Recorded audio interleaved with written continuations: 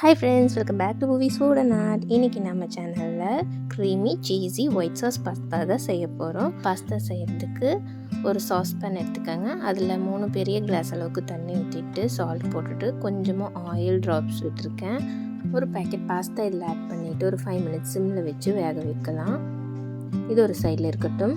இப்போது 3 table spoon அளவுக்கு butter add பண்ணிக்கோங்க.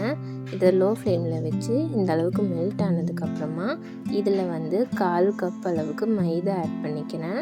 மைதா நல்லா அந்த பட்டரில் குக் ஆகணும். நல்லா குக் ஆகி கலந்து வரும்போது நம்ம பால் ஆட் பண்ணிடலாம்.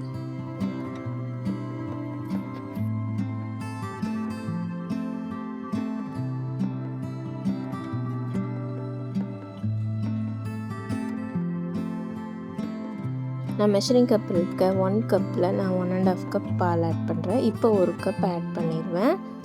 கடைசியில் நம்ம பாஸ்தா ஆட் பண்ணுறதுக்கு முன்னாடி லோ ஃப்ளேமில் வச்சு மறுபடியும் 1/2 கப் ஆட் பண்ணிவிட்டு பாஸ்தா ஆட் பண்ணிடுவேன். அந்த மாதிரி செய்யும்போது இன்னும் நல்லாவே அந்த க்ரீமினஸ் கிடைக்கும். இது நல்லா கட்டிகளே இல்லாமல் நல்லா கலந்து விடணும். அப்போ தான் நல்லாயிருக்கும். இதை லோ ஃப்ளேமில் வச்சு பொறுமையாக செய்யுங்க. இது சட்டுன்னு இந்த அளவுக்கு க்ரீமி ஆகிடும். அதனால் லோ ஃப்ளேமில் வச்சு செய்யும்போது நீங்கள் லம்ஸ் எல்லாம் நல்லா கரைச்சி விடுறதுக்கு ஒரு டைம் கிடைக்கும்.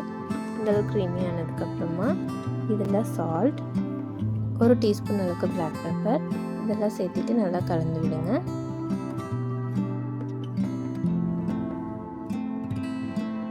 இப்போ நம்ம பாஸ்தா குக் ஆகிடுச்சு. இது ஸ்ட்ரெயினரில் போட்டு நல்லா சுடு தண்ணியிலேருந்து ஸ்ட்ரெயின் பண்ணி எடுத்துக்கலாம். கொஞ்சம் கூட அந்த ஹாட் வாட்டர் இருக்கக்கூடாது. ஏன்னா அந்த சூட்லேயே இருந்ததுன்னா அது ஓவர் குக் ஆகிடும். அதனால அது மேலே கொஞ்சமாக கோல்டு வாட்டர் ஆட் பண்ணி அந்த குக் ஆகிறத ஸ்டாப் பண்ணிடணும். இன்னொரு கடாயில் நம்ம 2 டேபிள் ஸ்பூன் ஆயில் விட்டுட்டு 10 கார்லிக் சாப் பண்ணி வச்சதை ஆட் பண்ணிவிட்டு ஒரு பெரிய வெங்காயம் க்யூப்ஸாக கட் பண்ணதை ஆட் பண்ணிக்கலாம். ஆனியன் ரொம்ப வதங்க தேவையில்லை. உடனே நம்ம கேரட் ஆட் பண்ணிக்கலாம். கேரட் மட்டும் லாங்காக கட் பண்ணிக்கலாம். எல்லோ கேப்சிகம் க்யூப்ஸாக கட் பண்ணதை ஆட் பண்ணிக்கிறேன். ரெட் கேப்சிகம் க்யூப்ஸாக கட் பண்ணதை ஆட் பண்ணிக்கிட்டேன். க்ரீன் கேப்சிகம் க்யூப்ஸாக கட் பண்ணதை ஆட் பண்ணிக்கலாம். பாஸ்தாவில் வெஜ்ஜிஸ் ரொம்ப குக் ஆகிருந்தால் நல்லா இருக்காது. அதனால இதை ஒரு 30 செகண்ட்ஸ் நல்லா ஸ்டிர் ஃப்ரை பண்ணிவிட்டு பாஸ்தாவை ஆட் பண்ணிடலாம்.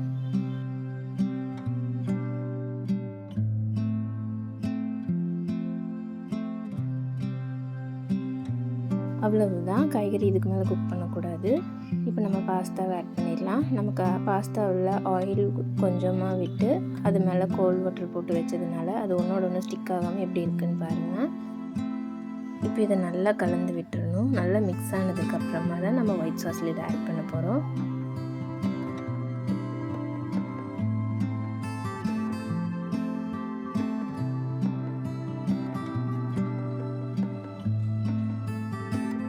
இப்போ 1 ஸ்பூன் அளவுக்கு சில்லி ஃப்ளேக்ஸ் ஆட் பண்ணிக்கலாம்.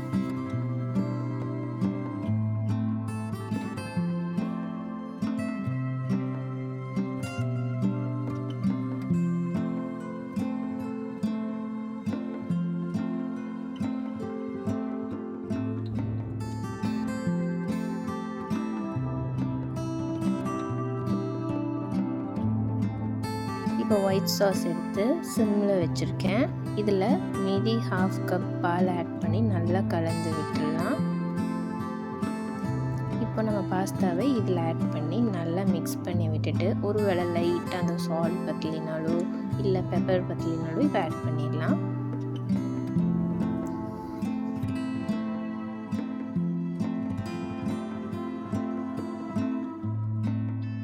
எனக்கு இதில் சில்லி ஃப்ளேக்ஸ் போட்டால் எனக்கு பிடிக்கும்.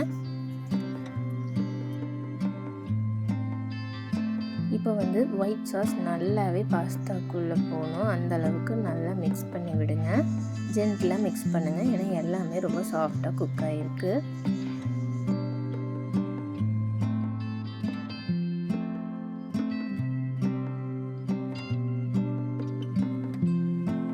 இப்போ இதில் 2 சீஸ் ஸ்லைஸ் ஆட் பண்ணிடலாம்.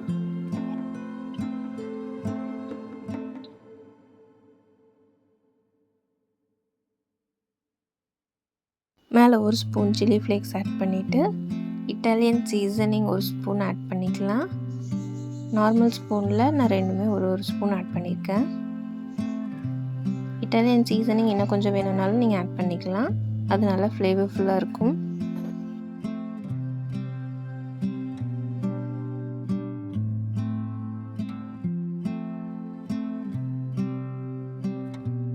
நல்லா சூடாகவே பாஸ்தா இருந்ததுனால சீஸ் உடனே மெல்ட் ஆகிடுச்சு பாருங்கள். இப்போ இதை நல்லா மிக்ஸ் பண்ணிவிட்டு சர்வ் பண்ணிடலாம். நான் சர்வ் பண்ணும்போது இட்டாலியன் சீசனிங் மேலே போட்டு சர்வ் பண்ணேன். எல்லாத்துக்கும் ரொம்ப ரொம்ப பிடிச்சிருந்தது. இதே மாதிரி நீங்களும் ட்ரை பண்ணி பாருங்கள். கண்டிப்பாக பூவிஸ் ஃபுட் அண்ட் ஆர்ட்டை சப்ஸ்கிரைப் பண்ணுங்கள், லைக் பண்ணுங்கள், கமெண்ட் பண்ணுங்கள். என்னோடய பையன் ஹிட்விக் வந்து இதை டேஸ்ட் பார்த்தா ரொம்ப ரொம்ப சூப்பராக இருக்குதுன்னு சொல்லியிருந்தான்.